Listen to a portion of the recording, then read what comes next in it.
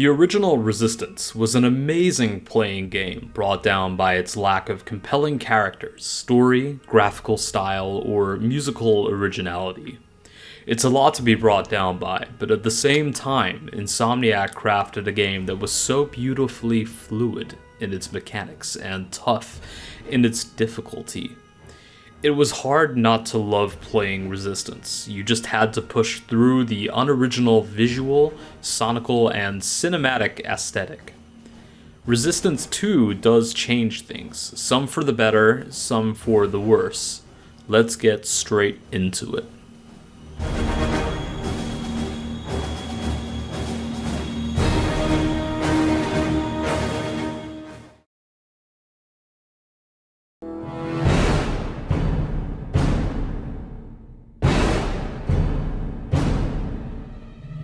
Gameplay is key. Gameplay stays the same. Great feeling shooter. Guns feel great. Moving is accurate, quick, and responsive. Basically, everything that made Resistance feel great is still here. It's more mechanical where they have changed some things.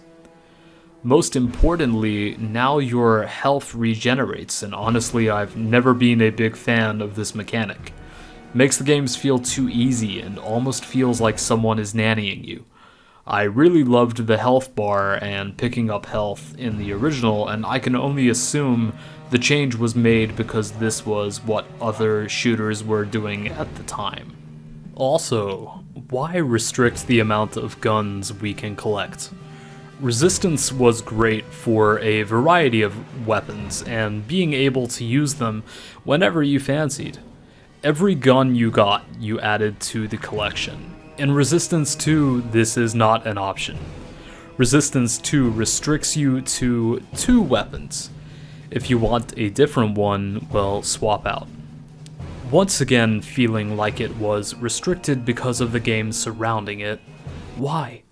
Why would you want to make your game stand out less than before? It's quite perplexing, but it is what it is. It doesn't break the game, but it is a disappointment.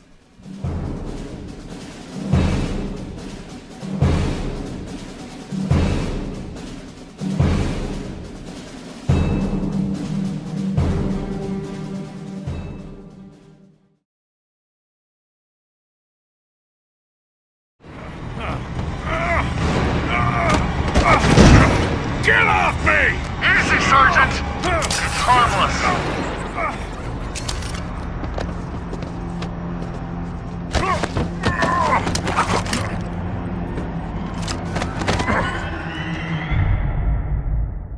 Where Resistance 2 is infinitely more interesting to me is its story and the way it develops.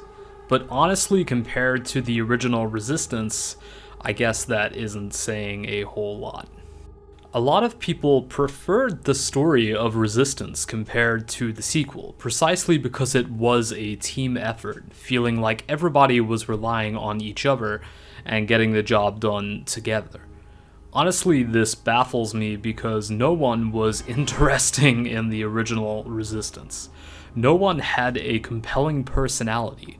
It was just empty, emotionless shooting and getting the job done. Resistance 2 isn't interesting, it isn't a storytelling masterpiece, but at least I get to see Hale's progression into one of them. He may just stay a stern, head-shaved, tough guy soldier, but at least there are progressions of his physical transformation. At least I get to follow something to the end. The story has never been strong in this series up to here. In fact, it was a detriment. It let the series down. But I'm following someone's story here. One singular person with an actual journey. Should I praise this? Probably not, but it's better than just throwing me in the battlefield and changing the scenery every now and then.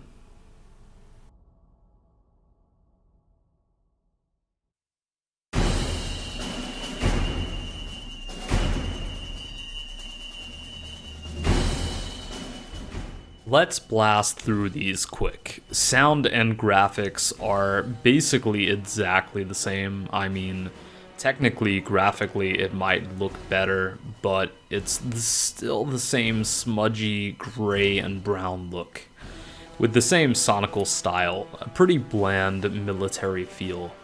No points repeating what has already been said about the first game. To conclude, and not surprisingly, Resistance 2 excels at gameplay, with some restrictions being put in place that didn't need to be. However, most shocking is that Resistance 2 isn't quite the drab story experience that Resistance Fall of Man was. It manages to incorporate much better boss battles, storylines, and manages to engage you far more than the original did.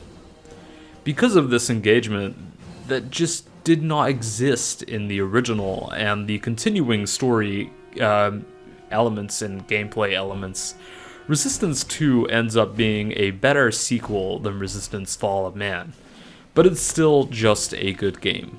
Check it out.